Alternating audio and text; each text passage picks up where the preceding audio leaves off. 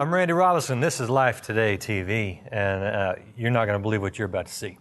Victor Marx is here with us, and we're gonna just talk a little bit about ministry. We're gonna talk a little bit about some martial arts, and you're gonna see something that you probably have to go back and play slow and show for your friends. But we'll get to that in a second. Victor, thank you for sitting here with us. It's good to be here.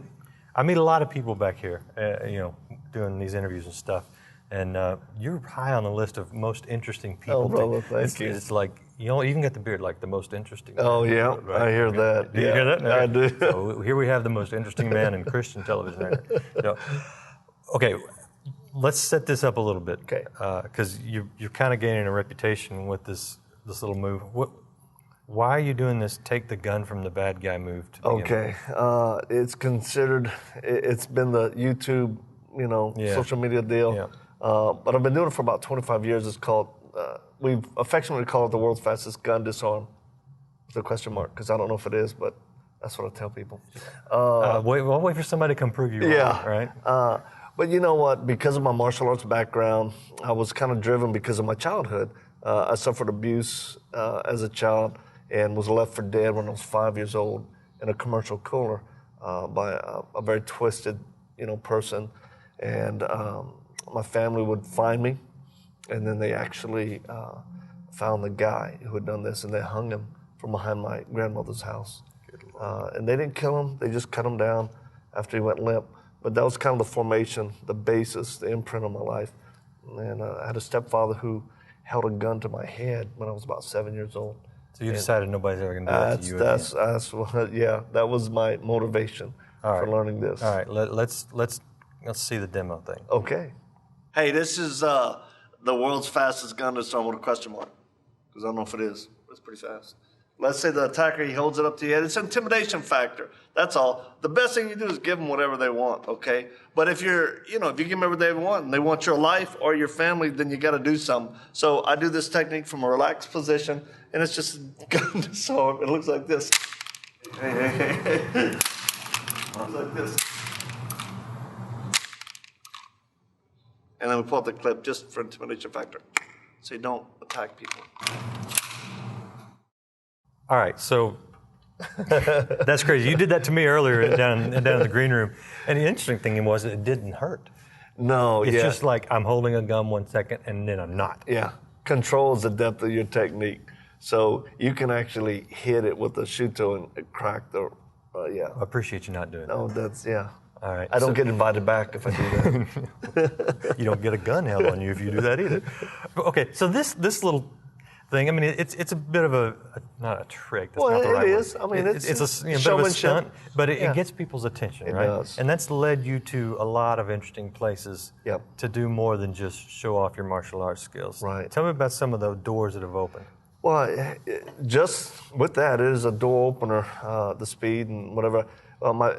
I've used my skill sets to train military, from law enforcement to Delta Force guys, to SEAL team members. As a matter of fact, had a guy, a friend of mine, who is a special operator, and I was at his house actually about a month ago. What does that mean? Well, that's about all we can say. All right. He's very good at what he does. Okay. But we had watched my film, because there's a film on my life story. And then afterwards, he went to the basement and he brought me up a tile, big 12 by 12 tile. He said, "I want you to have this." He was trying not to be emotional. And I was like, "Oh, okay. Well, what is it?" And he said, "I took this out of Osama bin Laden's headquarters in Afghanistan. I want you to have this." Wow. So yeah, I mean, he's contractor. He does all kind of. But I've met some amazing people because of the skill set I've had to train them. I'm noticing a pattern. Yeah. Some of the people that you most don't want to mess with have a lot of respect for you. Well, you know what?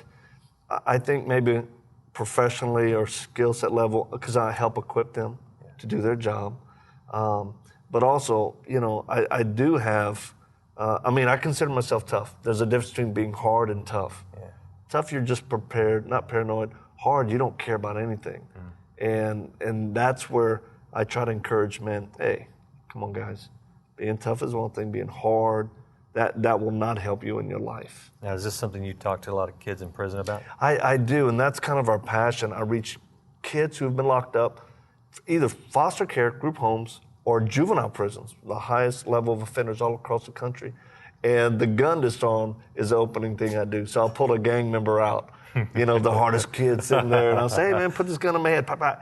And everybody's looking, going, no way. And I just tell them, pull the trigger. Yeah. And, typically it turns out okay. They don't get the chance. Yep. Right. And then I share my story. And I share the hope that's within me, which is Jesus Christ. Because I tell you what, injustice happens in this world, period. Nobody gets out of it. Some of us experience greater injustice, but I know this. It's like I was telling, my bride, and Jesus Christ, and I'm not like super religious guy. I just know this, the person of Jesus Christ has never, ever failed me. He's the only person, anything, that has never failed me. He's always been there for me. Because of my abuse, I had a lot of PTSD. I was on a lot of psychiatric care. Man, people couldn't put me together. Doctors, psychiatrists, medications. And it wasn't until this, consistent, wonderful relationship that I have with Christ, Him helping me. And I'm not saying that I'm perfect or perfectly healed. I mean, I still have some of the effects of PTSD.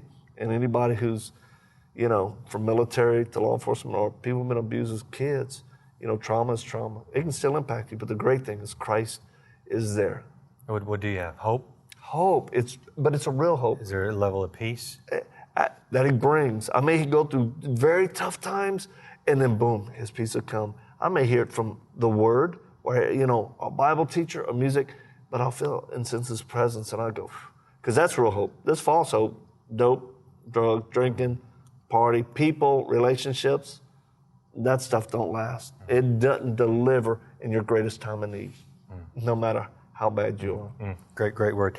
Be sure to watch Victor when he's on Live Today, livetoday.org. Where can they get the DVD of your story? You know what? They can get it from Amazon, just Amazon, or they can go to my website, victormarx.com. Check me out on Facebook or YouTube. We got information galore. Yeah, and what's the title of the elevator video? Oh, just Victor Marx elevator scene. Victor Marx elevator scene. Google that now that you're done with this interview. Thanks for being with us. Bam. You got it.